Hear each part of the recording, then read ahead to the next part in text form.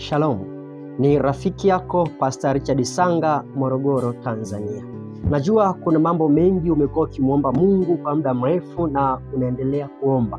Nimekuja kukutia moyo siku ya leo ya kwamba usiache kuomba, endelea kuomba.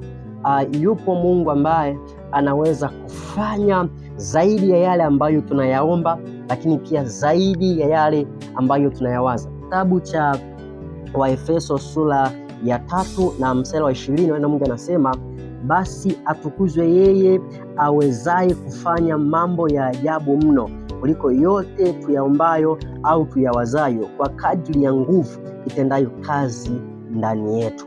Kwa hiyo nimekuja kukutia moyo kwamba Mungu yupo na anaweza kufanya zaidi ya yale tunayoyaomba, zaidi ya yale tunayoyawaza. Endelea kuweka tumaini kwa Mungu, endelea kuweka tegemeo kwa Mungu bila kukata tamaa, bila kuvunjika moyo. God bless you. See you next time.